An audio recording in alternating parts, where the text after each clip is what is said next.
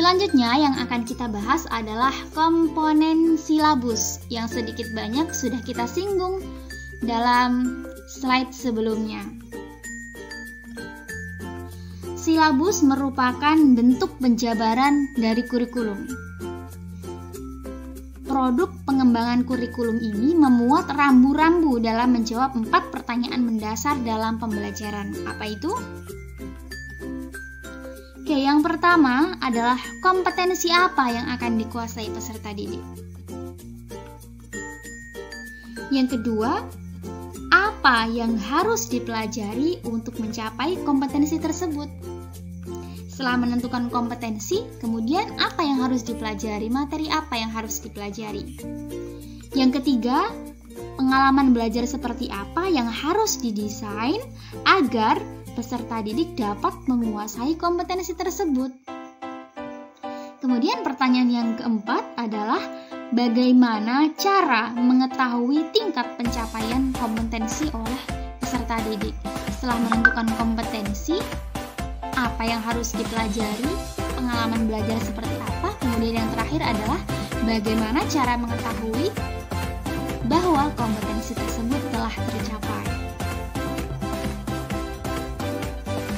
Selanjutnya, kita akan membahas komponen silabus yang terdapat dalam KMA nomor 183 tahun 2019 dan Permendikbud nomor 22 tahun 2016. Komponen silabus yang harus ada adalah yang pertama identitas mata pelajaran. Nama mata pelajarannya apa, kelas berapa, semester berapa, dan tahun pelajaran berapa.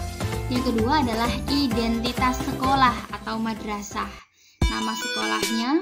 Kemudian yang ketiga adalah kompetensi inti. Keempat, kompetensi dasar. Kelima adalah tema. Ini untuk pembelajaran tematik di SD atau MI. Kemudian yang keenam adalah materi pokok. Yang ketujuh, kegiatan pembelajaran. Yang kedelapan, alokasi waktu. Yang kesembilan, penilaian. Dan yang terakhir adalah sumber belajar. Hal ini adalah komponen utama yang harus ada dalam format silabus.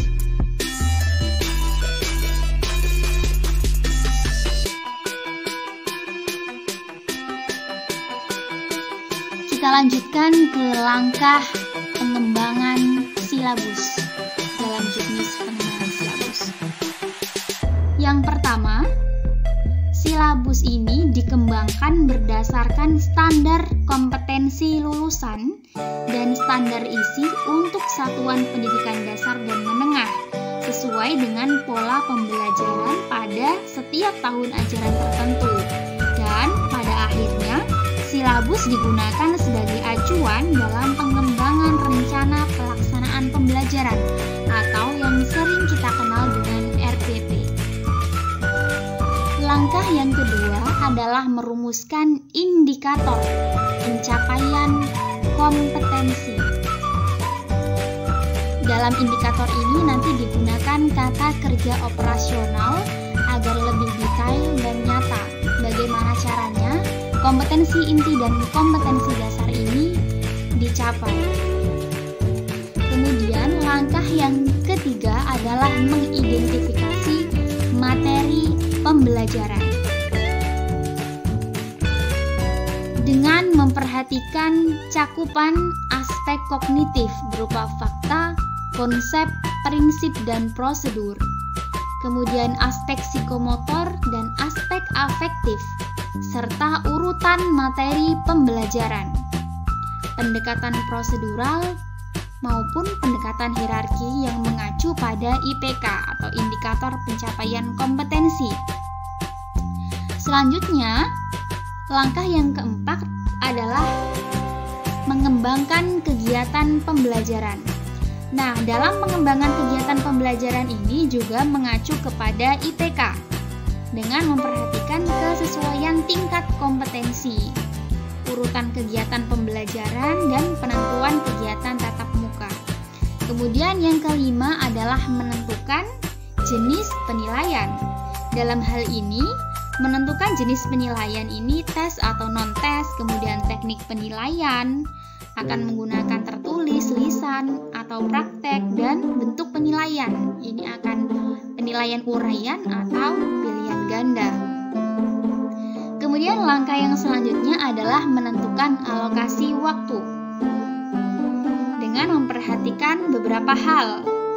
Alokasi waktu didasarkan pada jumlah minggu efektif atau hari efektif dalam suatu mata pelajaran tertentu dengan mempertimbangkan jumlah KD, keluasan, kedalaman, tingkat kesulitan, dan tingkat kepentingan KD.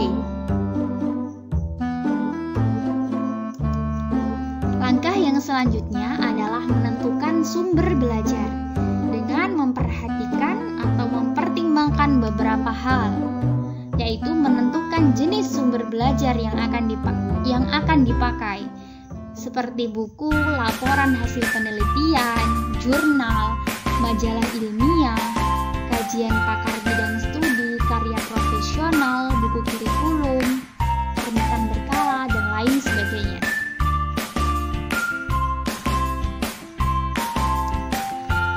Dalam penerapan kurikulum 2013 ini, silabus merupakan dokumen yang dikembangkan oleh pemerintah.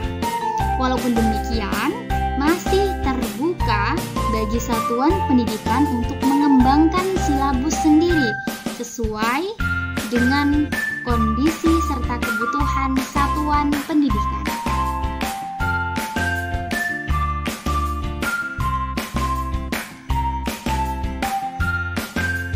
Pada kurikulum 2013,